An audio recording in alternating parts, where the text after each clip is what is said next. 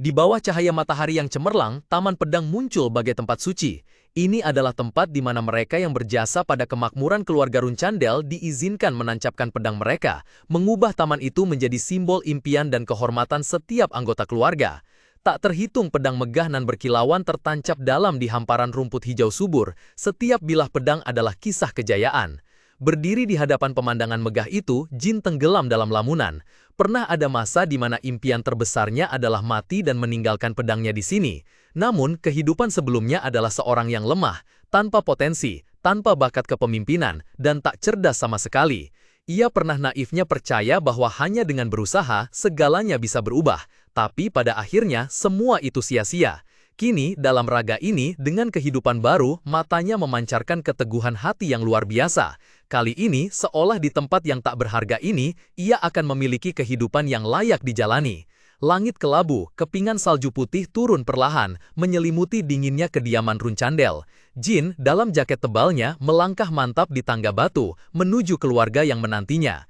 Berdiri di ketinggian, Chiron Runcandel dan anggota inti keluarga lainnya mengenakan jubah upacara hitam pekat, memancarkan aura agung dan dingin.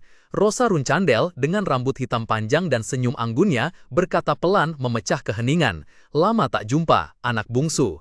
Jin mendongak menjawab dengan tenang, "Ya, Ibu." Begitu selesai bicara, Rosa terkesiap, matanya menunjukkan sedikit keterkejutan saat menyadari ada makhluk kecil duduk di bahu putranya. Kucing hitam dengan mata kuning bulat besar itu menatap lurus ke depan. Bersamaan dengan itu, mata tajam Chiron pun menyipit, tatapannya yang berwibawa terfokus pada makhluk kecil itu. Keheningan penuh ketegangan menyelimuti ruangan. Chiron mengeluarkan suara rendah dan berwibawa, matanya yang tajam menatap langsung ke putra bungsunya yang sedang menggendong kucing hitam di bahunya. "Apa kau memungut kucing liar?" Dengan wajah tenang, Jin menjawab, tangannya lembut menahan hewan kecil yang sedang menggosokkan kepalanya padanya. "Aku telah menerimanya, ayah." Chiron sedikit mengangkat alisnya, mengulangi kata-kata Jin dengan sedikit geli. "Bukan memungut, tapi menerima. Bagus, kau berbicara dengan sangat tepat." Aura pembunuh merah tak terlihat memancar dari kepala keluarga, menyelimuti Jin seperti penegasan yang penuh tekanan. Benar, ketika seseorang dari keluarga Runcandel menerima sesuatu, itu adalah jawaban yang tepat. Saat itu, Rosa Runcandel melangkah maju, berlutut dengan satu lutut di hadapan putranya, rambut hitam panjangnya sedikit bergoyang. "Nak, siapa namanya?" "Namanya Butterfly Runcandel, Ibu." Pernyataan Jin membuat Rosa tertegun, matanya membelalak kaget. Berbeda dengan keterkejutan ibunya, kucing hitam kecil itu sudah nyaman dalam pelukannya, tampak sangat santai dan puas. Keheningan pecah oleh teriakan marah salah satu kakak Jin. "Apa? Ayah, Ibu?" Meskipun dia masih kecil, ini tidak bisa diterima. Menempelkan nama Runcandel pada hewan rendahan ini, Gili, bagaimana kau mendidik adik bungsu? Beraninya kau membiarkan seekor kucing? Pengasuh bernama Gili menunduk gemetar. Hamba mohon maaf." "Cukup." Suara Chiron terdengar, tidak keras tapi cukup kuat untuk menghentikan semua suara. Dia berbalik menatap Jin, matanya menyelidik. "Putra bungsu, mengapa kau memberi nama keluarga Runcandel pada kucing ini?" Jin mengangkat kepalanya tinggi-tinggi, meletakkan satu tangan di dada dan menatap mata ayahnya. Suaranya mantap dan jelas. "Agar aku bisa bertanggung jawab padanya. Mungkin hanya seekor binatang, tapi ini adalah nyawa pertama yang kuambil, jadi kurasa namanya juga harus memiliki bobot tertentu." Di kakinya, kucing kecil itu mengangkat mata keemasannya menatap tuannya, diam-diam menunjukkan keberadaannya. Di bawah cahaya hangat, dedaunan berdesir lembut tertiup angin. Chiron berdiri anggun, mata tajamnya menatap putra bungsunya. Ia bersuara, nada gabungan antara ketertarikan dan kekuasaan. "Menarik sekali. Tapi bungsu, apakah kau memahami bobot nama Runcandel?" Jin, dengan kucing hitam masih dalam pelukannya, mendongak menatap ayahnya, tatapan mantap tanpa sedikit pun keraguan. "Ya, saya mengerti." Ia melanjutkan dengan suara tegas, "Jika ada yang menghina Butterfly, sayalah yang akan menanggung akibatnya." hebatnya. Chiron sedikit menyeringai, tangan berbalut sarung tangan besi bergerak. Bungsu, sepertinya kau punya bakat mencari musuh. Lihatlah bagaimana kakak-kakakmu memelotutimu. Tatapan dari saudara-saudari Jin memang terpaku padanya, dipenuhi permusuhan. Namun, Jin hanya menyeringai tipis. Sepertinya begitu. Namun, ayah, saya juga akan memiliki bakat dalam memusnahkan musuh-musuh saya. Senyum lebar hingga telinga tampak jelas di wajah Chiron, senyum penuh kegembiraan dan keheranan. Ia berbalik menghadap anak-anaknya yang lain, suaranya menggema penuh wibawa. Anak nakal ini, kalian sebaiknya mulai khawatir jika kalian ingin mencoba dan menghadapi adik bungsu yang lancang ini. Setelah berkata begitu, Chiron berbalik dan melangkah pergi. Jubah hitamnya berkibar di belakang, meninggalkan kerumunan anak-anaknya dengan emosi campur aduk menatap adik bungsu mereka. 4 tahun berlalu, awal musim panas tahun 1794. Di luar sebuah rumah megah, sebuah suara terdengar. Tuan muda, Jin, kini seorang remaja 14 tahun, berdiri di sana dalam seragam latihan yang rapi. Tangan sudah bersarung tangan besi dan di pinggangnya tergantung sebilah pedang. Kekasaran masa lalu telah digantikan oleh ketenangan dan ketajaman seorang kesatria magang. Di ruang latihan, seorang instruktur berkata kepada Jin, "Kita akan mengakhiri sesi latihan Tuan Muda Bungsu di sini. Anda sudah berusaha keras." Jin sedikit mengeringitkan dahi dan menjawab, "Jadi kita hanya akan berlatih di pagi hari saja?" Garon Altair mendekati Jin, senyum familiar yang sipit merekah di bibirnya. "Bukankah Nona Luna ada sesi latihan hari ini? Apa kau lupa?" Jin sedikit terdiam, pandangannya menyapu kekosongan lalu menjawab, "Ah, benar, dia ada. Kalau begitu, aku akan makan sesuatu." Setelah berkata demikian, ia mengambil pedang kayu yang berdiri di dekatnya.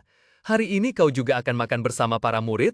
Tanya Garon dengan sedikit khawatir. Sepertinya Nyonya Rosa cukup kecewa.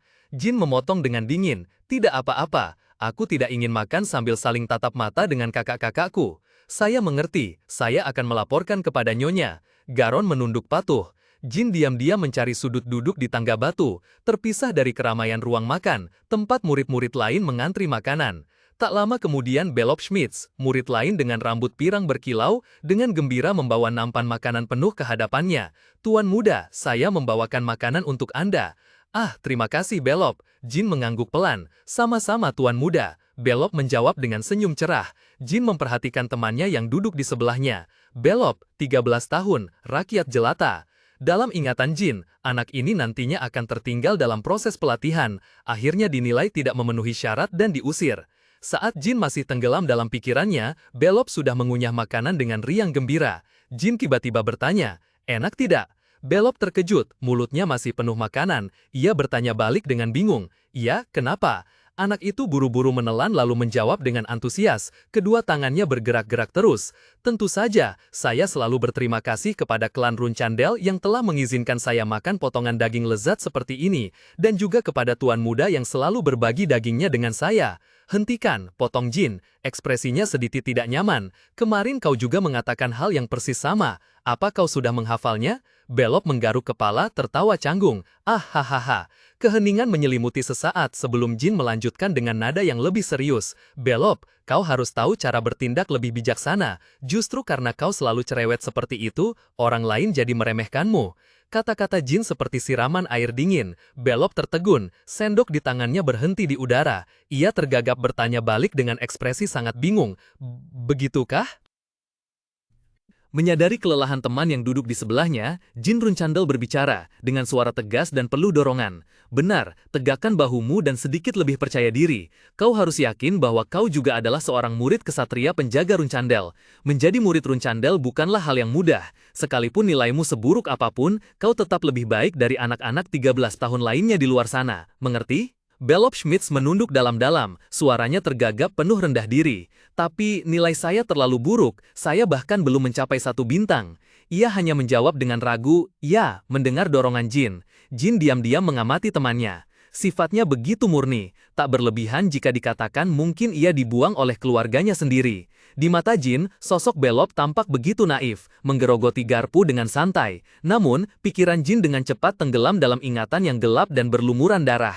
Tapi bagaimana bisa seseorang semurni itu, seseorang yang diajarkan ilmu pedang keluarga Hairan, setelah menjadi anjing setia kekaisaran Bemen, malah berjalan di jalur seorang pembunuh kejam? Kenangan tentang Belop dalam zirah berlumuran darah, berdiri di tengah medan perang yang berkobar di kehidupan sebelumnya, tiba-tiba kembali. Ketika mendengar orang ini menjadi pengawal kekaisaran, aku sangat terkejut. Dan ketika mendengar ia bunuh diri, aku sangat sedih. Jika aku membiarkan Belop sendirian. Melepaskan diri dari lamunan, Jin diam-diam mengambil sepotong daging dari nampannya dan meletakkannya di nampan Belop. Belop terkejut dan berseru, "Ah, Tuan Muda, aku tidak lapar, makanlah untukku," jawab Jin dengan tenang. Mata Belop bersinar dengan rasa terima kasih dan keheranan, ia terbata-bata. "Tuan Muda." Jin menatap lurus ke arah temannya, dalam hati ia membuat tekad baja. "Kali ini, aku akan memastikan kau tidak tersingkir dan diusir, karena hidup dalam kemalangan dan mati sekali saja sudah lebih dari cukup." Keduanya duduk berdekatan, Belop dengan gembira memegang garpu dengan potongan daging yang baru saja diberikan, sementara senyum tipis dan penuh percaya diri terukir di bibir Jin. Beberapa saat kemudian, ketika melangkah sendirian di koridor yang sepi, Jin bergumam dalam hati, mengevaluasi kembali kemampuannya. Pelepasan energi kegelapan 2 bintang, mana 4 bintang, ilmu pedang 2 bintang. Jin berpikir dalam hati saat cahaya hangat menyelimutinya, matanya berbinar dengan tekad. Semuanya berjalan lancar. Dengan begini, aku akan mencapai ilmu pedang bintang 3 dalam 2 tahun lagi. Tapi, sebelum itu, di aula latihan yang luas, cahaya terang menyinari. Luna Runcandel berdiri di sana, rambut platinum panjangnya terikat rapi. Dia menancapkan ujung pedang kayu ke lantai. Sosoknya agung namun agung. Melihat adik laki-lakinya yang masih kecil, dia berbicara dengan lembut namun penuh otoritas. "Adikku tercinta, sesi latihan hari ini akan sama seperti kemarin. Namun, kamu harus membela diri dari latihan familiar ini dengan cara yang berbeda." Jin berdiri di seberangnya, tangannya juga memegang erat pedang kayu, mengangguk dengan serius. "Aku mengerti, kakak." Senyum misterius sekilas muncul di bibir Luna. "Adikku, mata hati," katanya. Nada suaranya menjadi dalam. Ruangan di sekitar mereka tiba-tiba tenggelam dalam kegelapan. Untaian energi biru samar mulai berputar mengelilingi mereka. "Lihatlah dengan mata hati." Jin memejamkan mata, mencoba berkonsentrasi di tengah ruang aneh itu. Dia mengepalkan kedua tangan di depan dadanya, bergumam dalam hati dengan tekad baja. "Sepertinya, aku harus melewati pelatihan yang belum pernah kudengar ini."